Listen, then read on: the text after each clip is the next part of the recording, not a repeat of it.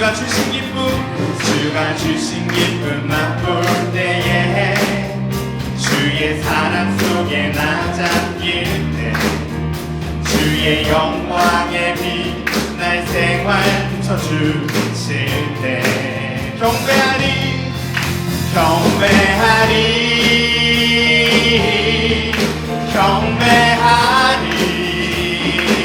나 사는 동안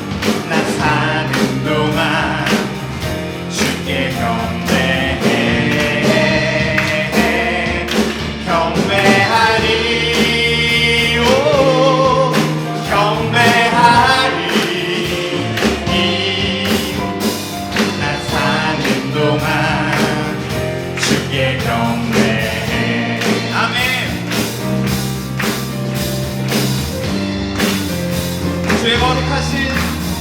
주의 거룩하신 생각할 때 주의 크신 사랑 느낄 때 주의 영광의 빛 날 생활 비춰주실 때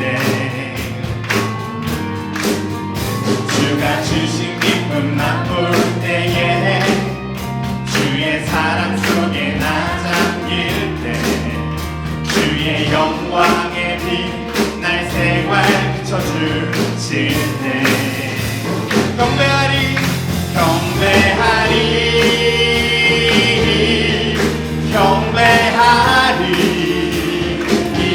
난 사는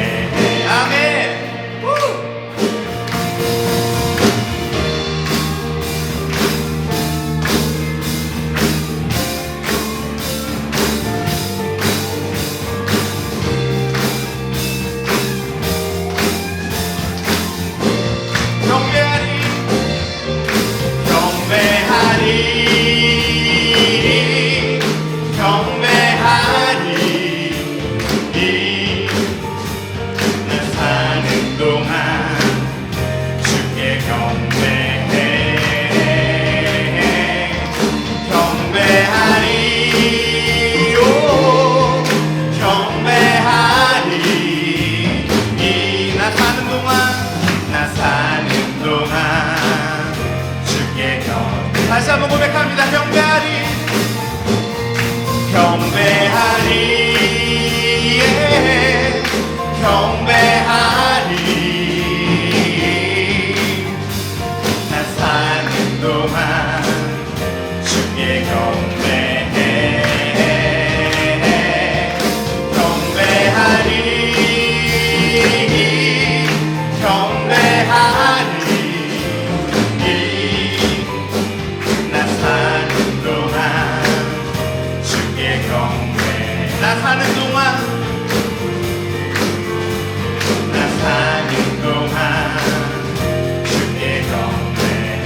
나 사는 동안 주께 하나님께 감사와 영광을 드리겠습니다. 아멘. 주님.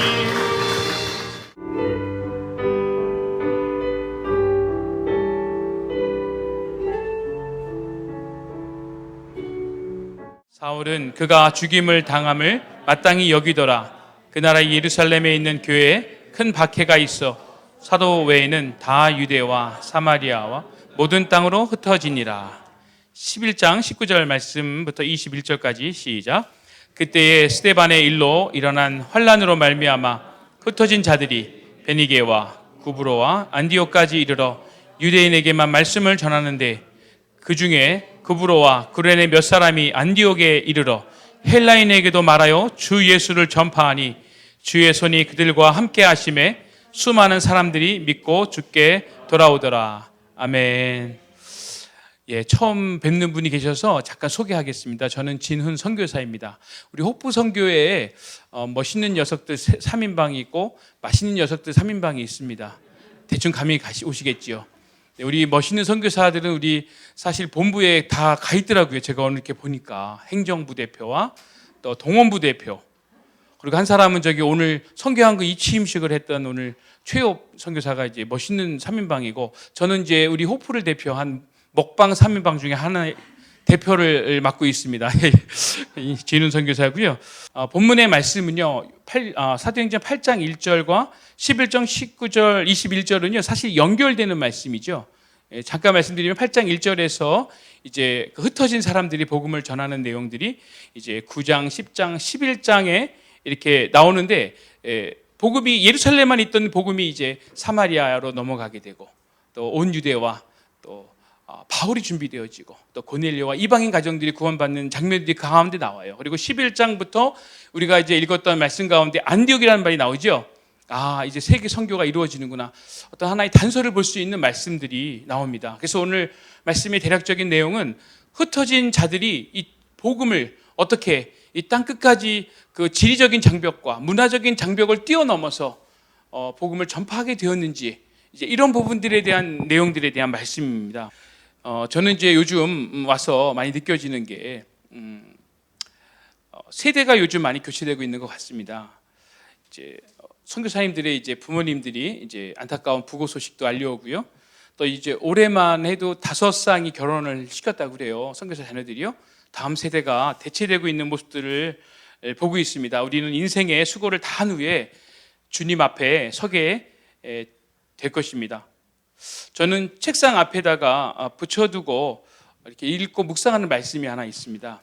누가복음 17장에 있는 말씀인데요. 이와 같이 너희도 명령받은 것을 다 행한 후에 이르기를 우리는 무익한 종이라, 우리가 하여야 할 일을 한 것뿐이라 할지니라.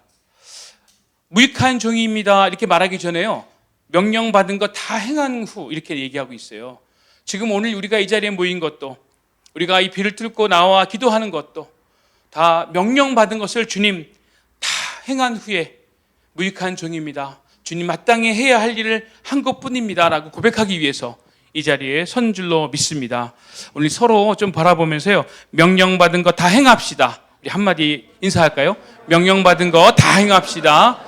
사랑합니다. 축복합니다. 여러분 감사합니다. 네. 허드슨 테일러 선교사님, 중국교회 개척 선교사이시죠. 초기에 있었던 일입니다. 중국의 젊은 구도자였던 이 선생을 만나 복음을 전하게 됩니다. 진리를 찾게 되어 기쁨이 충만하던 이 선생이요, 허드슨 선교사님에게 질문을 합니다. 선교사님이 오신 그 영국은 이 복음을 언제 듣게 되었습니까? 영국은 당시에 복음화된 지 이미 수백 년이 지났기 때문에 허드슨은 멋쩍은 웃음을 지어 보이면서 몇백 년 되었습니다 이렇게 대답을 했어요. 그러자 이 선생님은 매우 놀라며 몇백 년이요? 그런데 어째서 이제야 오셨나요? 매우 슬프고 안타까운 얼굴로 이렇게 말합니다. 저희 아버지는 20여 년간 이 진리를 찾기 위하여 그렇게 방황하시다가 얼마 전에 돌아가셨습니다. 허드슨은 이 말을 듣고요, 이 선교사님은 부끄러움과 함께 이제 충격을 이제 받고 도전을 받게 됩니다. 그런 다음에 더욱 힘써 일하며 중국 내지 선교회를 조직하고 수백 명의 선교사님들을 동원하죠. 그리고 해안가 쪽에서 당시에 복음을 전하던 그러한 흐름을 바꾸기 시작합니다. 그래서 좀 더 복음을 듣지 못한 중국 대륙의 내지로 들어가서 선교하는 일들을 감당하게 되어지죠. 여러분, 우리 호프 선교회의 핵심 가치 중에 미전도 종족 개념이 있습니다. 복음을 접하지 못한 영혼들이 이 시대에도 좀 더 일찍 복음을 전해줄 수 없습니까? 바라며 우리를 기다리고 있다는 사실을 우리는 잊지 않기 때문에 이런 핵심 가치를 두고 지금도 우리는 복음을 듣지 못한 영혼들에게 나아가고 있습니다. 주님, 이 요구에 좀 더 갈급한 마음을 주옵소서. 선교사님들도요, 편한 곳에 가고 싶어 해요.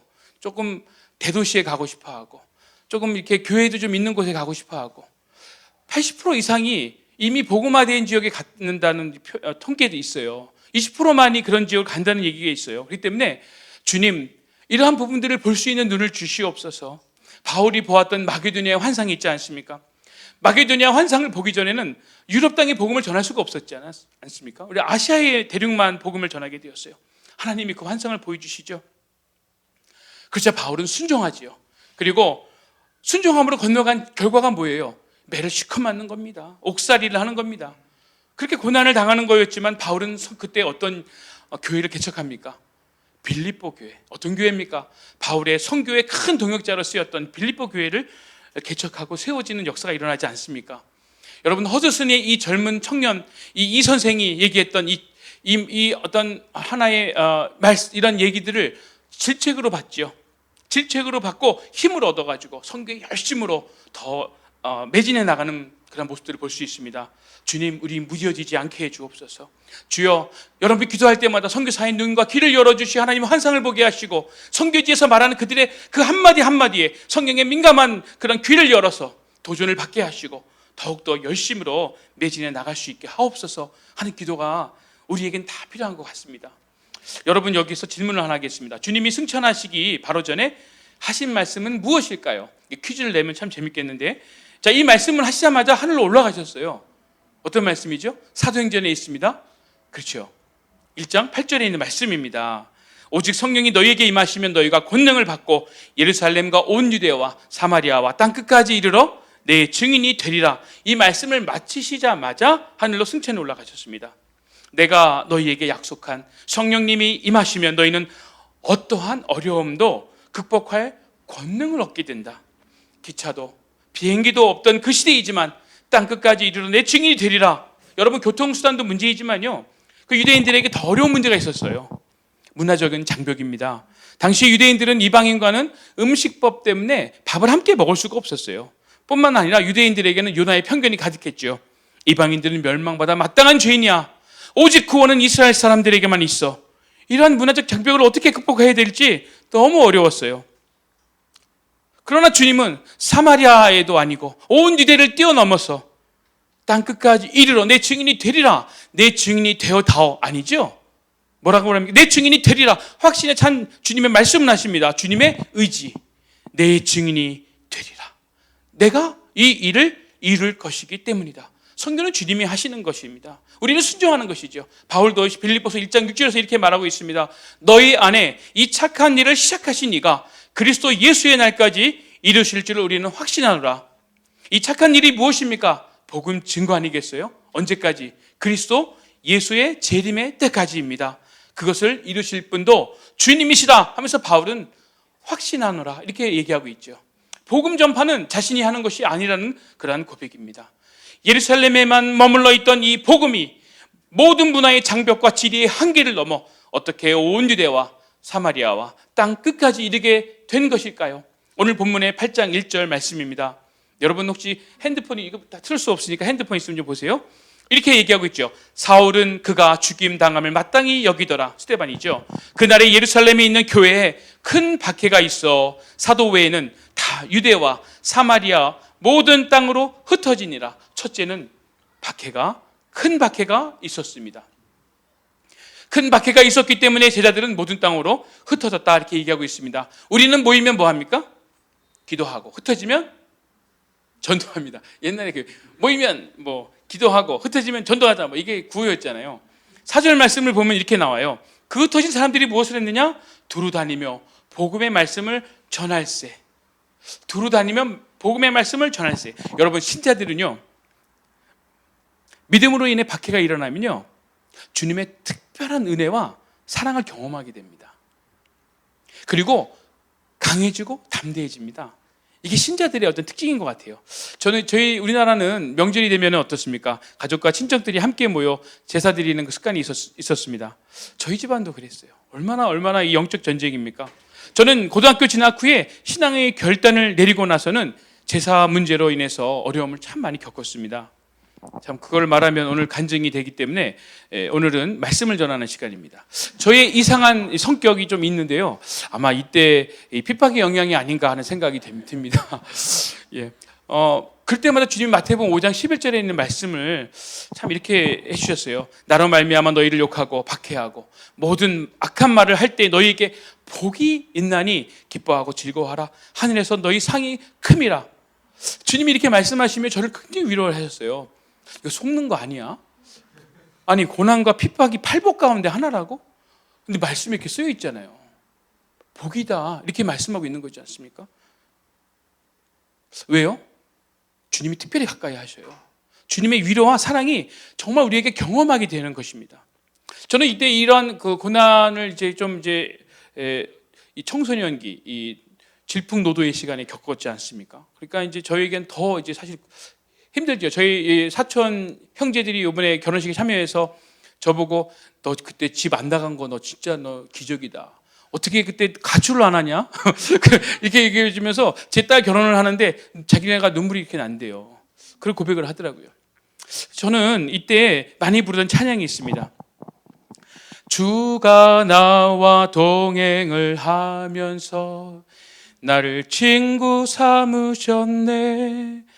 우리 서로 받은 그 기쁨을 알 사람이 없도다. 남이 알지 못하는 비밀입니다.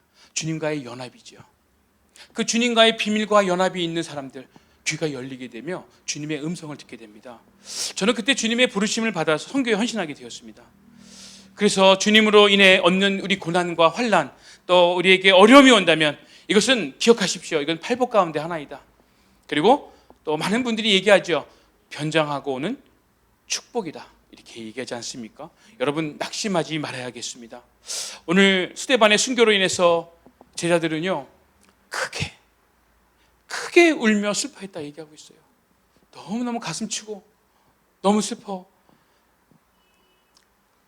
힘들어했지만 낙심하지는 않았습니다.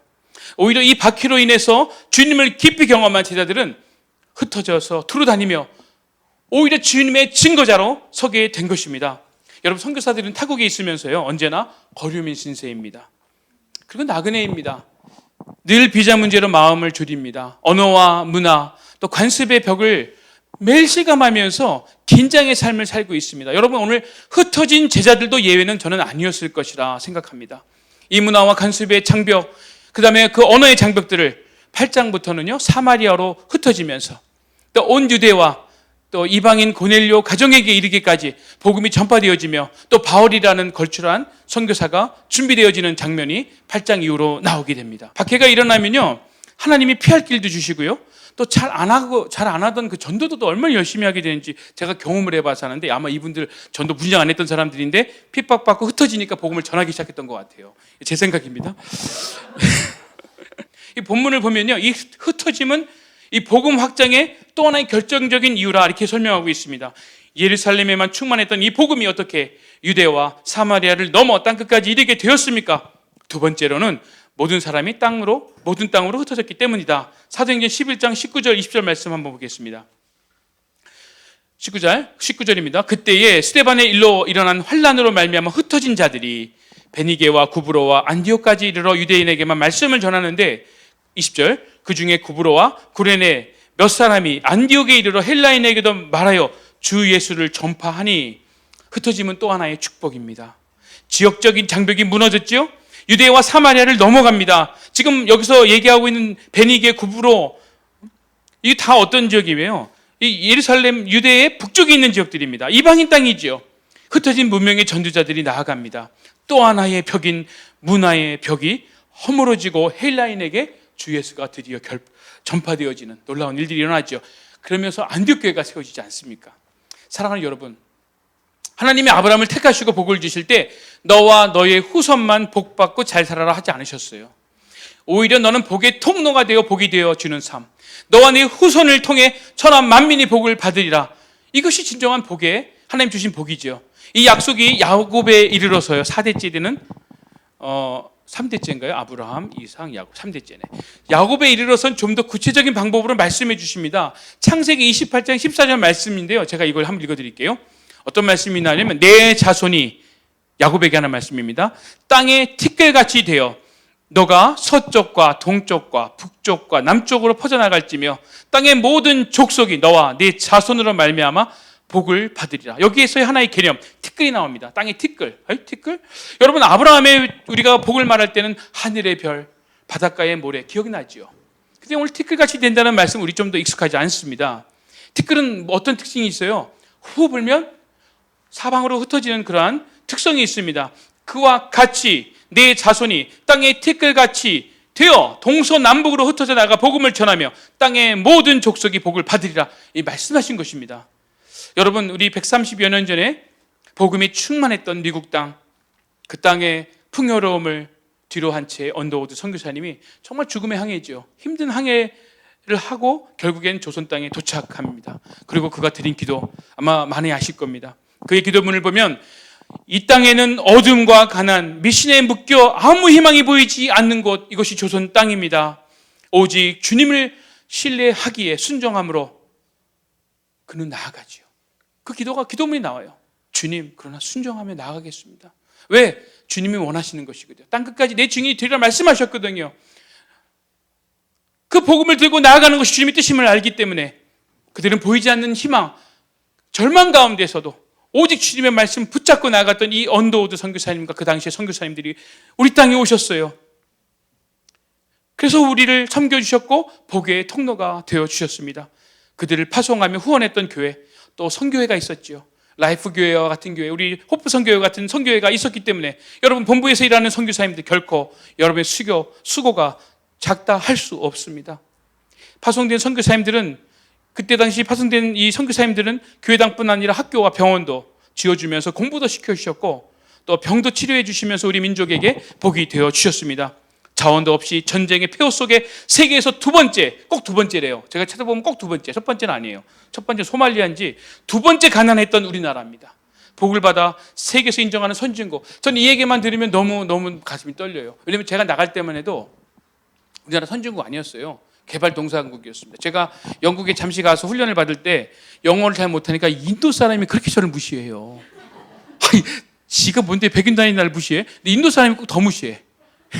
제 얘기입니다. 예. 아니, 영어 못하고 그러면 너네 어느 나라야? 코리아는 몰라요? 코리아가 어딘지. 근데 제가요, 지금 이제 들어오면 우리나라 선진국이에요. 여러분들 그 마음을 아실지 모르겠어요. 현재 170개 나라에 2만 5천 명의 선교사를 파송한 우리 민족, 지금 종족들을 섬기고 있습니다. 더 분발하고 더 발전할 수 있습니다. 왜요?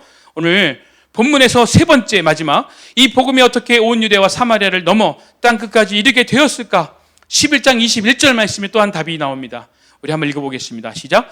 주의 손이 그들과 함께 하심에 수많은 사람들이 믿고 주께 돌아오더라. 아멘. 팬데믹이라는 또 다른 어려움이 직면한 것이 선교 현장의 현실입니다. 그런데 오늘 말씀에서 보면 그 환경 중요한 거 아니에요. 그땐 더 어려웠어요. 그러나 주의 손이 그들과 함께 하심에 수많은 사람들이 믿고 주께 돌아오더라. 예비된 영혼들을 구원하는 것은 우리의 능력이 아니라 주께서 함께 하실 때 가능한 것입니다. 아멘. 주의 손이 함께 하시면 수많은 영혼 구원의 역사가 일어납니다. 코로나 상황에서도 영생을 주시기로 약속된 자들은 주님께 돌아옵니다. 제가 그 증거를 말씀드릴게요. 추방된 선교사님들 가운데 제가 아는 선교사님들만 해도 어떻게 흩어졌냐면 캄보디아, 미얀마, 네팔, 라오스, 대만, 일본, 동남아시아, 말레이시아, 인도네시아 포함해죠. 중앙아시아, 동유럽, 멀리는 아프리카까지 흩어졌어요. 제가 아는 사람들만도. 이 가운데요, 우리가 지금 서로 원래 안 친했던 사람들이라도 이제 친해져요. 왜? 흩어지니까. 흩어지면 친해지더라고요. 그 가운데 10여 명의 사람들이, 선교사님들이 온라인으로 함께 사역을 하고 있습니다. 지금까지. 그래서 서로 협력하고 있어요. 선교 동원 사역도 하고요. 선교 훈련도 함께 하고 있습니다. 온라인의 사역의 문들을 열어주셨어요. 주의 손이 함께하면, 주님이 도우시면, 주님이 문을 여시면 닫을 자가 없고 준비된 수많은 영혼들이 주께 돌아오는 역사가 일어남을 믿습니다. 여러분, 오늘 이 흩어진 자들을 통해서 복음이 어떻게 전파되어졌는지, 또 이런 핍박과 어려움 가운데서 선교사님들이 또 흩어짐으로 그 당시 그 지역에 또 복이 되어지는, 또 복음을 증거하는 그런 일들이 일어나고 있습니다. 그러나 가장 중요한 오늘 말씀에 주의 손이 함께 하실 때, 주님의 손이 함께 하심에 수많은 영혼들이 믿고 주께 돌아오더라. 저는 라이프 교회가 이런 일을 계속적으로 감당하면서 함께 기도를 하는 게 하나님께서 참 은혜를 주시겠다, 이런 믿음이 왔어요. 얼마나 귀합니까? 청년들이 이 조그만 교회 프로야, 프로. 제가 보니까 너무 아름답습니다. 이렇게 함께 동역하게 된 것이 얼마나 좋은지. 우리 오프 선교사님들 오늘 아침부터 저녁까지 퇴근도 못한다고 아까 어느 선교사님 얘기하던데. 불평한 거 아니죠? 그러면서 이렇게 막 열심히 하시는 모습 보면서 참 제가 현장에 있는 선교사로서 얼마나 큰 위로와 도전과 또 기쁨이 되는지 모르겠습니다. 오늘 이 자리에 참여하신 한 분 한 분이 오늘도 지금도 복음은 전파되어지고 있구나. 그러한 말씀과 또한 현장에서의 소식들을 들으며 함께 절망하고 실망하지 않고 함께 기도하며 나가는 우리 호프선교회 또 우리 라이프 교회 모든 성도가 다 되었으면 좋겠습니다.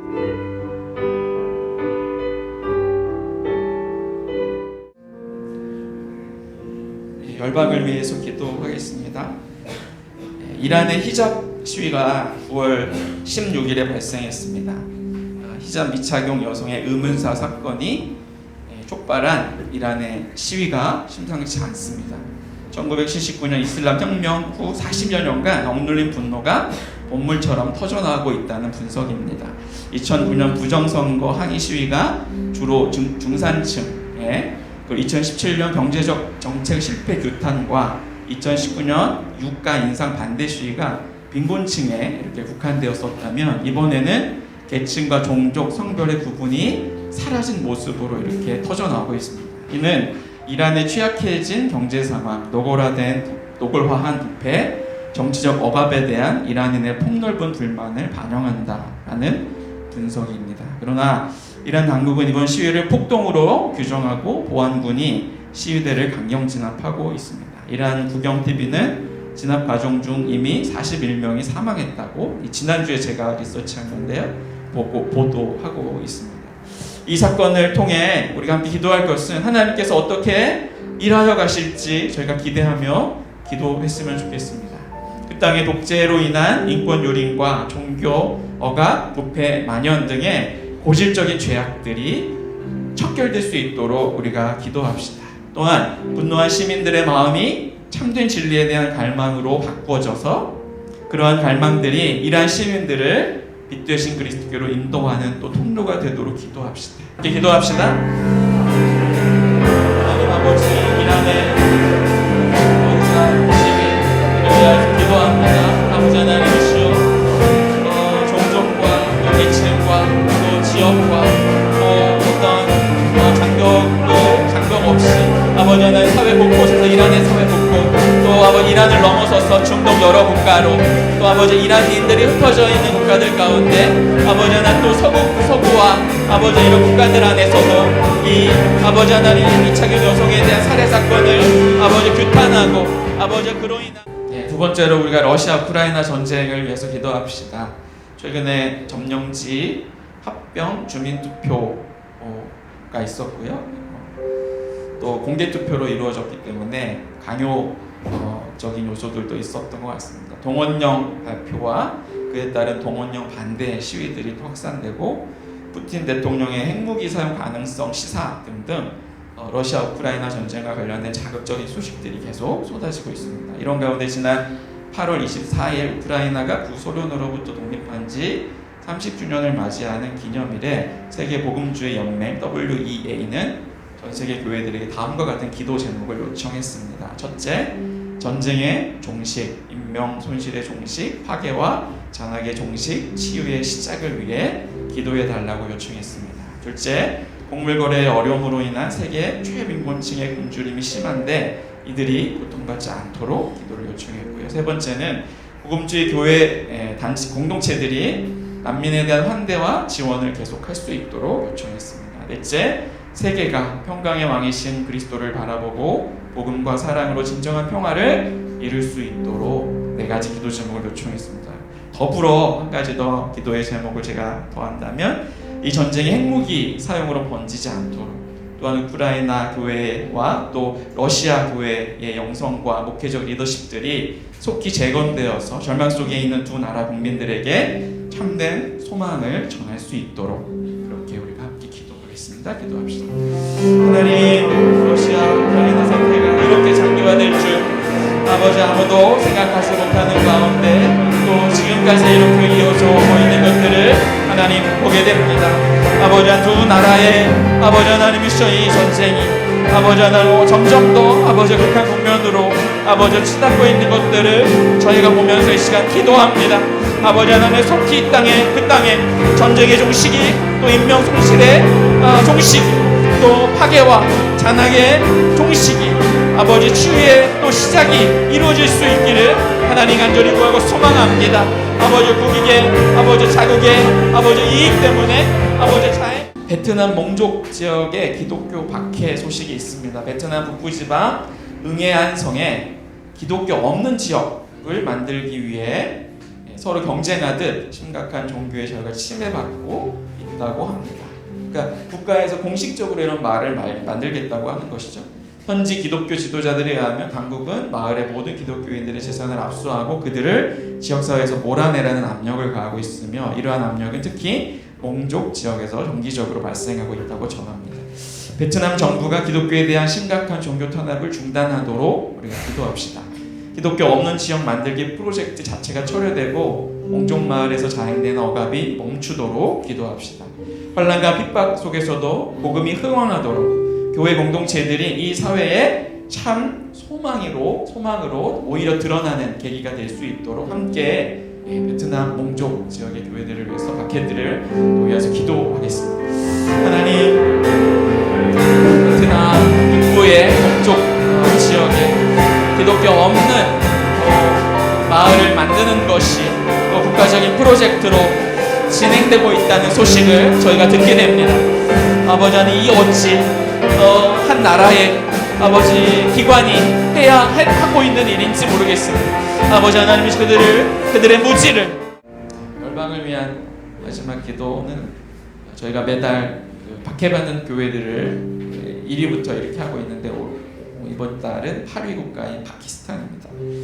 2억 830만 명의 인구 중에 410만 명의 기독교인이 있고요. 95%가 넘는 이슬람 교도와 수니파가 다수인 파키스탄은 세 번째로 큰 이슬람 국가이자 복음화되지 않은 세계의 중심이기도 합니다. 35%의 사람들이 빈곤 속에 살고 있고요. 약물 남용도 심각한 수준이라고 합니다. 테러리즘은 국가의 광범위한 황폐화를 가져왔고요. 취약한 정부 통제 덕분에 IS와 같은 테러 단체가 번성할 수 있는 아주 좋은 토양이 바로 이 파키스탄입니다. 정부 통제 밖에 있는 부족들의 땅은 무법자들의 피난처이자 탈레반의 재직결지가 되고 있고요. 이런 와중에 올해 8월에는 홍수로 인해 국토의 3분의 1이 물에 잠겼고 40만 채 이상의 가옥이 파괴되었으며 1,500명 이상이 사망하는 전례 없는 국가적 재난 상태에 직면했습니다. 그러나 더 큰 문제는 홍수 이후에 국가 전역의 식량 부족으로 인한 영양실조, 콜레라 등 전염병의 위험성이 심각하게 높아지고 있으며 이를 대처할 국가적 준비가 턱없이 부족한 것이 현실입니다. 기도할 때에 이슬람 극단주의와 테러리즘의 요새가 되고 있는 이 땅에 그 요새들이 무너지고 무력화될 수 있도록 기도합시다. 박해받고 있는 파키스탄 교회가 성령의 권능으로 새롭게 되도록 기도하고요. 현재 직면한 국가적 재난 상태를 벗어날 수 있는 국제사회의 도움과 자국민들의 재건을 위한 의지와 노력이 일어날 수 있도록 기도합시다. 하나님께서 고통받고 있는 파키스탄을 불쌍히 여겨주시도록 우리 함께 기도하겠습니다. 아버지 하나님,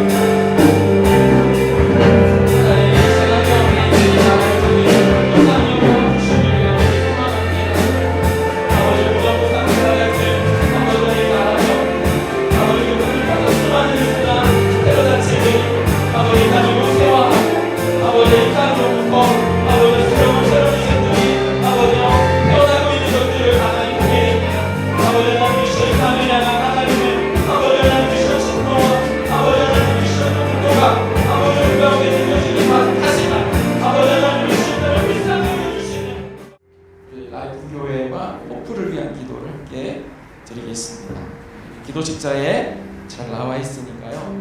교회 라이프 교회와 어프를 위한 기도 제목 특별히 기도해 주시고요. 특별히 이제 마지막 기도에 보면 한희진 간사가 10월 15일에 차드로 단기 선교 여행을 한 달 동안 가게 되는데 준비와 그곳에 정말 다시 돌아오는 모든 과정 가운데 하나님의 인도가 있도록 그곳에 다시 하나님을 또 경험하고 돌아오실 수 있도록 우리 라이프 교회와 호프 선교회를 위해서 기도하겠습니다. 하나님